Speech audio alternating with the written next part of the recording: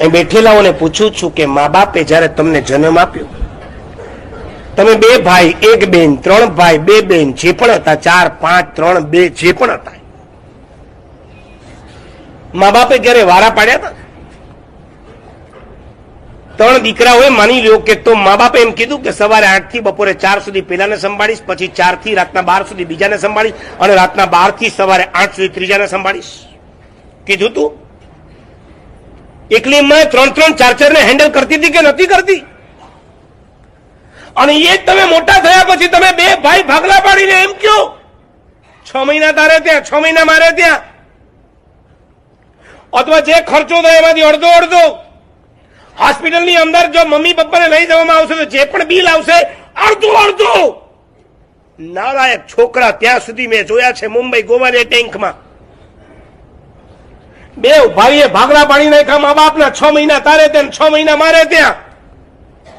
જે ઉંમરમાં મા બાપને એક ઠેકાણે સ્થિર કરીને એમની સેવા કરવાની હોય એ ઉંમરે આ કંબાક્ત દીકરાઓ મા બાપને ફેરવતા હતા 6 મહિનાના વારા પાડીને. યાદ રાખજો, વૃદ્ધાવસ્થા એવી હોય છે કે જેમાં એમને ફરવું વધારે નથી ગમતું, ઠરવું વધારે ગમે છે. એ લોકો જ્યાં રહેતા હોય છે ને તેમનું મન લાગી જતું હોય છે, ત્યાંથી ઉચકીને પાછા તમે બીજા ઘરમાં લઈ જાઓ છો ને, એ 2 કે 3 દિવસમાં જોજો એમ કે મારે પાછું ત્યાં જવું છે, મારે પાછું ત્યાં જવું છે, એને શૂટ નથી થતું. તમે પણ કોઈક નવી જગ્યાએ જાઓ છો, તમને રાતના ઊંઘ આવે છે? તમે જો 50 ની અંડરમાં છો તો પણ જો તમને સેટ નથી થતું તો 60 70 ને 80 વર્ષની ઉંમરે મા બાપને ફરવાના દિવસો જ કે તમારે ફરવું જોઈએ.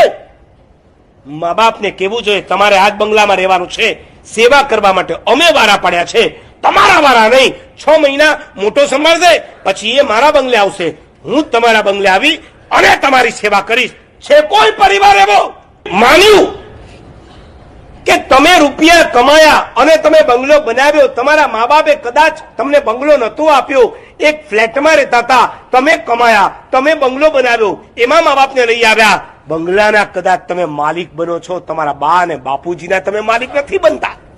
તમારી શબ્દ રચનાઓમાં ફરક લાવો, પરિવર્તન કરો. હું મા બાપની સાથે છું, મા બાપ મારી સાથે છે, આ શબ્દના પ્રયોગમાં તમારો અહંકાર, ઈગો છતો થાય છે.